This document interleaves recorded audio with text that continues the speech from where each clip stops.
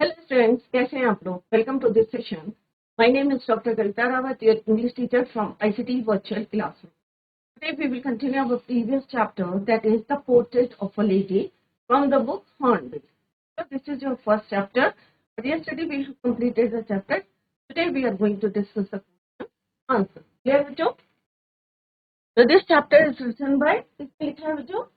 खुशवंत सिंह ने अपनी autobiography, and this is the part of that autobiography. अभी सारे बच्चों को क्लियर होगा कि this is all about the friendship between, या आप कह सकते हैं bond between grandson and grand mother. और यहाँ पे यही ऑथर ने Khushwant Singh draw the pen portrait, इसका pen portrait of his grand mother. Physical appearance बताइए कैसे दिखती हैं, वो already we discussed in detail. तो आज बच्चों हम इसके क्वेश्चन आंसर्स करेंगे और few points are given, already given in the after each paragraph. तो उसको आप जो नोटिस करें कि एक पैराग्राफ के बाद हमने कुछ पॉइंट्स हाईलाइट करे हैं, सो दैट आपके लिए इजी रहेगा to understand that paragraph. Is it clear? और स्कूल के पास क्या था बच्चों? एक टेम्पल था। सबसे अच्छा बॉन्ड कहाँ बच्चों की किस फेज में था? फर्स्ट फेज में था, सेकंड में, थर्ड में था? ऑब्वियसली फेज फर्स्ट, जब वो विलेज में अपनी ग्रैंड मदर के साथ रहते थे। और स्नैप क्या कब हुआ था बच्चों? जब वो कहाँ गए थे? when he went to university and he was given a separate room। ये ऑलरेडी हम डिटेल में कर चुके हैं बच्चों। यहाँ पे हमने समरी दी थी, फ्लो चार्ट में दी थी, फेज 1, फेज 2, फेज 3 यहाँ पे डिस्कस करा था। उनका अपीयरेंस को हमने यहाँ पे फिजिकल अपीयरेंस को यहाँ पे डिस्कस करा था कि ग्रैंड मदर जो है कैसी थी, स्लाइटली बैंड थी और किस तरह से वो ऑलवेज प्रे करती रहती थी, राइट। और फिर हमने पढ़ा था कि किस तरह से शी एक्सेप्टेड हर लोनलीनेस, अकेलेपन को किस तरह से उन्होंने एक्सेप्ट किया था। और क्या करती थी वो? किस तरह से आफ्टरनून में रिलैक्स फील करती थी and this did singing and recited prayers. Second क्या करती थी? She sat in the veranda and feed the sparrows। तो दो ये काम करती थी। और नेक्स्ट है बच्चों, जब हायर स्टडीज के लिए गया था, she didn't show any emotion, grand mother ने कोई इमोशन शो नहीं किया था। And second point is that she kissed in his forehead silently। वही उनका लास्ट फिजिकल कॉन्टैक्ट था विद her grandson। और उसके बाद हमने देखा कि कैसे मॉर्निंग करने आई थी, जितने स्पैरोज थी, इवन उन्होंने जो है they sat near the dead body and after that जब उनकी डेड बॉडी को दे कैरीड, तो they flew silently from that place. This is all about this chapter. तो इसको भी आप देखेंगे तो आपको पूरा चैप्टर जो है easily you can understand. Next हमने ईच पॉइंट के थ्रू भी आपको बताने की कोशिश करी है कि एक एक क्वेश्चन इस पे बेस्ड है, एक टॉपिक है इस पे बेस्ड है, सेकंड पे बेस्ड है। आप लोग जो है easily you can send the answers. Now come to the first question. MCQ question करेंगे बच्चों, कल हमने वहां तक कंप्लीट किया था। Today we are going to discuss the MCQ questions और 20-30 वर्ड्स के जैसे एग्जाम में आते हैं, एब्स्ट्रैक्ट बेस्ड क्वेश्चंस आते हैं। We are going to discuss those questions. तो this is your multi choice question MCQ। अगर चैप्टर समझ में आता है बच्चों तो it is very easy to answer the question. Option रहते हैं और आपको जो आता है उसको इजीली जो है you can. Which musical instrument did grand mother sing? तो जब हमने बच्चों पढ़ा था कि after 5 years when he came, तो उन्होंने क्या किया था? शी गैदर्ड या collected all the neighbourhood women, जितनी भी all the women of neighbourhood, सबको कलेक्ट करा था and get a old drum, एक पुराना सा ड्रम लेके आई थी। यहाँ पे ऑप्शंस दिए हैं बच्चों, तो इजीली माइंड में आता है भाई ग्रैंड मदर ने क्या किसमें जो है सिंग करा था, कौन सा इंस्ट्रूमेंट यूज करा था, म्यूजिकल इंस्ट्रूमेंट। ड्रम करा था, शहनाई करी थी, वायलिन करा था, सारंगी करी थी। तो obviously it's right answer is your drum. Next question क्या है बच्चों? What kind of clothes did the author's grandfather wear when he was alive? तो यहाँ पे किसकी बात हो रही है? अभी ग्रैंड मदर की बात हुई थी, अब किसकी हो रही है? ग्रैंडफादर की। किस तरह के कपड़े वो पहनते थे? तो हमने यहाँ पे उनका पोर्ट्रेट जो हंग था कहाँ पे? अबव द जो फायर प्लेस थी उसके ऊपर हंग था। तो किस तरह के कपड़े पहने थे उन्होंने? शर्ट पहनी थी, पैंट पहनी थी, शेरवानी थी, या लूज क्लोथ्स थे, या शर्ट एंड धोती थी। तो ऑब्वियसली कैसे कपड़े पहने थे बच्चों? हमने डिस्कस करा था, लूज क्लोथ्स थे और एक टर्बन थी। तो यहाँ पे right answer loose clothes. Clear बच्चों? तो माइंड में पिक्चर रखें कि बच्चों कैसा, ग्रैंड मदर कैसी थी, ग्रैंड मदर ने क्या किया था, उनकी फ्रेंडशिप कैसे थी, कब क्लोज फ्रेंडशिप थे, कब वो जो है स्नैप की गई थी, उनकी फ्रेंडशिप की गई थी, when she accepted her loneliness, कब उन्होंने एक्सेप्ट किया था, और कब वो जो है अब्रॉड गए थे, यूनिवर्सिटी गए थे। तो ऑल दिस पॉइंट्स आप जो है अपने माइंड में रखें while doing this type of questions. Is it clear बच्चों? Why did grandma celebrate in the evening? अब ग्रैंड माँ ने, क्योंकि अभी हमने पढ़ा है तो आपके माइंड में फ्रेश होगा कि ग्रैंड माँ ने सेलिब्रेट इन द इवनिंग में क्यों किया था? Why did on grand's birthday? क्या उनके ग्रैंड सन का बर्थडे था, या in the joy of the arrival of my grandson, या उनके जो है हर ग्रैंडसन, या in the joy of her own birthday, या अपने बर्थडे के लिए जो है उन्होंने जो है इवनिंग में सेलिब्रेट किया था, या fourth option is the joy of returning to village, या गांव में पहुंचने के बाद जो है उन्होंने सेलिब्रेट करा था इन द इवनिंग। तो which one is your right answer बच्चों? Obviously it's right answer is your B, in the joy of arrival of her grandson. Clear? For how many years does author go abroad for higher studies? कितने साल के लिए वो abroad गए थे higher studies के लिए? तो ऑथर कौन है बच्चों? खुशवंत सिंह। कितने साल के लिए गए थे? 5 years, 4 years, 1 year, 10 years। तो अभी मैंने आपको बताया था when he came after 5 years। तो it's right answer is your 5 years। Next question क्या है बच्चों? How birds showed their gratitude towards grandmother? कैसे ने अपना ग्रेटिट्यूड शो करा था towards grandmother? They refuse to eat food given by author's mother. ठीक है, जैसे ऑथर की मदर ने राइट जब उनको फूड दिया था तो उन्होंने रिफ्यूज करा था। या सेकेंड ऑप्शन क्या है बच्चों? They sat next to grandma's corpse without chirping. या वो ग्रैंड मास के कॉप्स क्या होता है बच्चों? जो उनकी डेड बॉडी रखी थी वहां पे बैठ के उन्होंने क्या, या they didn't return to house post grandma's death, या वो जो है उसकी डेथ के बाद नहीं है। तो which one is the right answer बच्चों? Obviously first one is your right. Second भी राइट है बच्चों, क्योंकि उनके कॉप्स के पास वो बैठे थे। They sat next to grandma's. तो it's answer is your both A and B. First A भी सही है क्योंकि दे रिफ्यूज फूड, ये भी सही है, ये भी सही है। क्लियर? और नेक्स्ट क्या था कि सारी की सारी कहाँ बैठी थी? They sat next to grandma's corpse without chirping, बिल्कुल भी आवाज नहीं कर रही थी और चुपचाप से silently they sat there. Next question is your, how did the grandmother spend her time in the city? City में, शहर में वो अपना टाइम कैसे स्पेंड करती थी? अब गांव में क्या करती थी? वो पूरा दिन जो है किस तरह से ऑथर के साथ जो है वो बैठी रहती।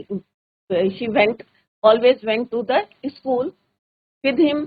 और क्या करती थी? स्ट्रीट डॉग्स को वो स्टेल चपाती खिलाती थी, प्रेयर करती थी, उन्हें वेकअप कराती थी, ड्रेसअप कराती। But in the city what did the grand mother spend? किस तरह से अपना टाइम को स्पेंड करती थी? इन सिंगिंग, स्पिनिंग द व्हील, या स्पिनिंग द व्हील, या प्रेयर रिसाइटेशन, जो है बोलती थी, रेसिटेशन करती थी, बार बार प्रेयर को बोलती थी।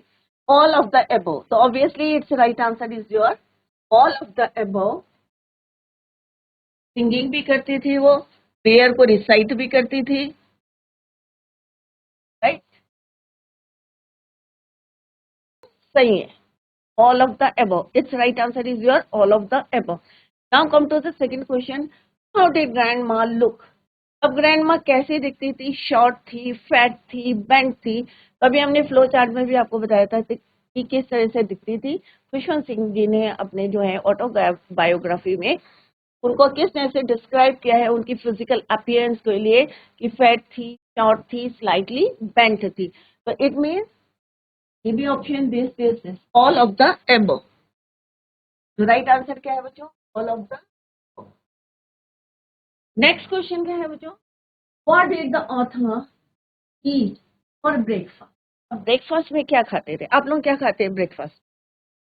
कभी जल्दी होती है तो क्या करते हैं, रात की जो है steel chapati is not fresh जो नहीं होती वही खा लेते हैं। तो यहाँ पे भी क्योंकि ग्रैंड मदर थी उनके साथ, तो वो इसका करते थे स्टील चपाती के ऊपर ब्रेड जो है स्प्रेड करके। तो let's see the options. Chapati with sugar and ghee, कि उसके ऊपर क्या, चपाती के ऊपर क्या लगाते थे वो, शुगर एंड घी, या मैगी खाते थे, या ब्रेड एंड ऑमलेट, नथिंग, या कुछ भी नहीं खाते। तो obviously it's right answer is your chapati with sugar and ghee. रोटियां खाते थे शुगर एंड घी। आप लोग क्या खाते हैं?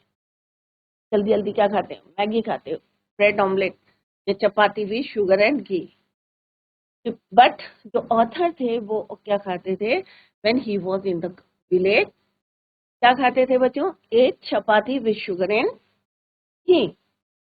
So this is the right answer. A is the right answer of this question. Next क्या है बच्चों? How did the grandmother react to her illness? वो बीमार हुई थी, next day he fell ill. तो कैसे उनके जो हैं रिएक्शन थे? He said that her end was near. क्या उन्होंने ये कहा था कि उनका जो अंत है वो नियर है, was near? क्या उन्होंने कहा था she said कि will be fine, कि वो जो है जल्दी ही ठीक हो जाएंगी, will be fine soon? या उन्होंने कहा था इट्स अ कॉमन थिंग, कि ये जो है बहुत कॉमन थिंग है? या she said she will be fine if she settles in village permanent? क्या उन्होंने ये ऑप्शन रखा था कि भाई अगर मैं विलेज में चली जाऊंगी परमानेंटली तो मैं जो है जल्दी से क्या हो जाऊंगी, ठीक हो जाऊंगी? She said her end was near. अब उनका जो है अंत समय जो है निकट है। तो right answer, he said her end was near, तो उनका अंत समय है आ गया है। क्लियर बच्चों? According to this theory, या story, what was the reason for grandmother's death? According to the story के according क्या रीजन हो सकता है उनकी डेथ का? स्ट्रोक, ट्यूमर, ओल्ड एज, या फीवर? क्या हो सकता है बेटा? बुखार से हुई इनकी डेथ, या ओल्ड एज के कारण हुई है, या स्ट्रोक हुआ है, या ट्यूमर हुआ है? तो ऑब्वियसली उनको फीवर भी था, बट ओल्ड एज जो थी उसके कारण जो है उन्होंने ओवर स्ट्रेन लिया है, that's why it's right answer. तो according to this story, what was the reason for grandmother's death? Old,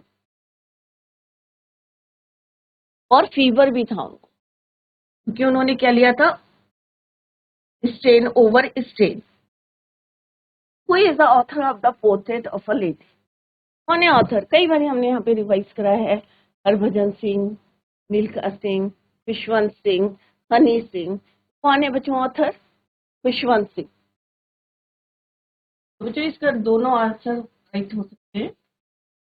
fever right answer इसका, ओल्ड एज भी थी, और सेकंड क्या था? फीवर भी था, माइल्ड फीवर, ज्यादा फीवर नहीं था, माइल्ड था, हल्का सा fever, right? Who is the author of the portrait of a lady? Khushwant Singh. चार ऑप्शन ये हैं, रिपीट करते हैं सो दैट कि आपको लर्न हो जाए कि who is the author of this lesson.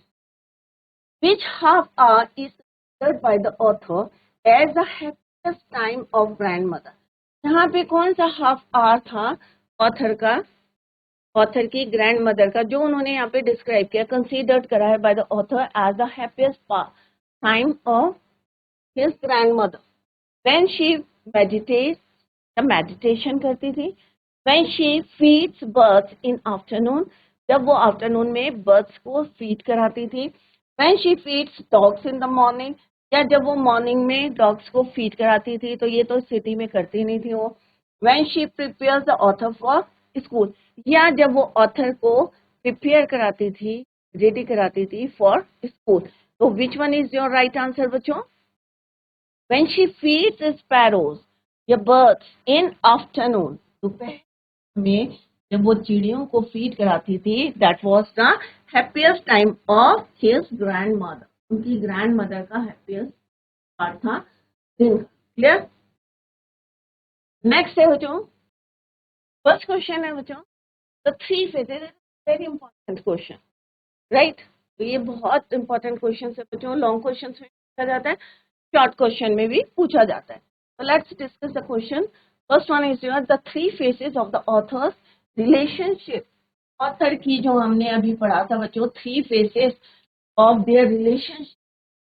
कौन कौन से थे? जब वो विलेज में रहते थे, फिर सिटी में गए, जब वो यूनिवर्सिटी में पढ़ने के लिए गए। तो ये थ्री फेसेस हैं, 1 2 3। With his grandmother before left country to study abroad. जब वो वहां पे गए, the three phases of the author's relationship with his grandmother before he left the country to study abroad. तो यहाँ पे तो बच्चों क्वेश्चन सही लिखना है आपको, ये टू मच रॉन्ग है यहाँ पे। Three phases of the author relationship with his grandmother before he left country to study abroad. तो यहाँ तक तो बच्चों क्वेश्चन सही लिखना है आपको, right? The three phases of the author's relationship with his grandmother before he left the country to study abroad are. First क्या है बच्चों, अभी हमने हेडिंग से भी पढ़ा था बच्चों, हेडिंग दी थी और उसमें हमने डिस्क्राइब किया था। तो first one is your childhood, फिर कौन सा है आपका? Boyhood. Childhood, when he went to the village school and the grandmother helped him to get ready and went to school with him. अगर ये शॉर्ट में आते हैं बच्चों तो इतना इनफ है, राइट? अगर आपको जो है डिटेल में आता है, लॉन्ग क्वेश्चंस में आता है, तो आप इसको इलाबरेट करें। नेक्स्ट है बच्चों boyhood, when he went to the city school in a bus. जब वो कहाँ जाते थे? सिटी स्कूल में बस के साथ जाते थे। और विलेज में क्या जाते थे? She always went with him help him to get ready and went to school with him. When he went to the city school in a bus, he shared a room with grandmother, but she could no longer help him in his। क्यों नहीं करते थे? क्योंकि वहाँ पे English पढ़ाई जाती थी, इंग्लिश वर्ड्स थे, या आपका जो है साइंस पढ़ाई जाती थी और म्यूजिक पढ़ाया जाता था, जो जिसमें वो हेल्प नहीं करती। देन है अर्ली यूथ, ही स्टेजेस है when he went to the university. पहले कहाँ पढ़ते थे वो? विलेज में, देन सिटी, फिर university, and was given a separate room, या given a room of his own. The common link of friendship was ना, यहाँ पे जो है उनकी फ्रेंडशिप को जो है स्नैप किया, क्योंकि उन्हें he was given a separate room. तो ये थ्री फेसेस हैं, और अगर लॉन्ग में क्वेश्चन आएगा तो इसको आप जो है और जो है ऐड कर सकते हैं, childhood, boyhood, early. Next question है three reasons why the author's grandmother was disturbed when he started going to the city school. तीन रीजन आपको बताने हैं, कितने रीजन बताने हैं बच्चों? थ्री रीजन कि ऑथर की जो ग्रैंड मदर थी, why she was disturbed when he started going to the city। जब उन्होंने कहाँ जाना शुरू, स्कूल में जाना शुरू कर दिया, तो ग्रैंड मदर जो है क्यों डिस्टर्ब हो गई थी या डिस्ट्रेस्ड हो गई थी? ये थ्री रीजंस आपने देना है। तो यहाँ तक तो आपको क्वेश्चन से लिखना है, the three reasons why the author's grandmother was disturbed when he started going to the school. First one is, पहला कारण क्या था? कि she hated western science and learning. Next point क्या था? She was pain to know that there was no teaching of God, कि वहाँ पे भगवान के बारे में या एंड स्क्रिप्चर्स के बारे में नहीं पढ़ाया जाता है। थर्ड पॉइंट है, she was allergic to music, music बिल्कुल नहीं पसंद था, शी हेटेड, उन्हें लगता था कि music is not for gentle folks. तो दीज आर थ्री रीजंस। अगर आपको और ऐड करना है तो आप इसमें ऐड करके चेंज करके लिख। और डिस्टर्ब इसलिए भी हो गई थी क्योंकि जो है ऑथर किस में जाते थे? स्कूल, बस में जाते थे। नेक्स्ट क्वेश्चन है बच्चों, 3 ways in which the author's grandmother spent her days after he grew up। यहाँ पे भी आपको 3 तरीके बताने हैं, 3 रीजंस देने हैं कि जब ग्रैंड मदर की अपना जो है टाइम कैसे स्पेंड करती थी व्हेन ही ग्रू अप, जब वो बड़े हो गए थे तो किस तरह से अपना टाइम स्पेंड करती थी। She live alone in, right, तो यहाँ तक from the question, she live alone in her room as she had accepted her loneliness quietly. She sat at her spinning wheel reciting prayers, spinning wheel में बैठी रहती थी और prayers को recite करती थी। In the afternoon happiest pass, she would feed the sparrows for half an hour. Afternoon में कुछ जो है मोमेंट के लिए, हाफ एन आवर, आधे घंटे के लिए वो किसको फीड करती, रिलैक्स करती थी। And feed the sparrows for half an hour, आधे घंटे के लिए उनको फीड करती थी। तो इस तरीके से she spend her time the day. The odd ways in which the author's grandmother behaved just before she, मरने से पहले कैसे उन्होंने बिहेव किया था। Just before her death, the author's grandmother refused. She didn't want to waste the time to them since she had omitted to prayer the previous night. और पहले दिन उन्होंने जो है कोई प्रेयर भी नहीं करी थी। She didn't pray while she was singing songs of homecoming and beating the drum. She was not going to waste any more time. She ignored their protest. Refuse करा था उन्होंने। She lay peacefully in bed praying and telling beads. तो और क्या उन्होंने behave करा था, यही करा था कि फर्स्ट डे जो है before death she didn't pray, और instead of that क्या करा था उन्होंने, she was singing songs of homecoming warrior, और किस तरह से उन्होंने beating the drum, she was not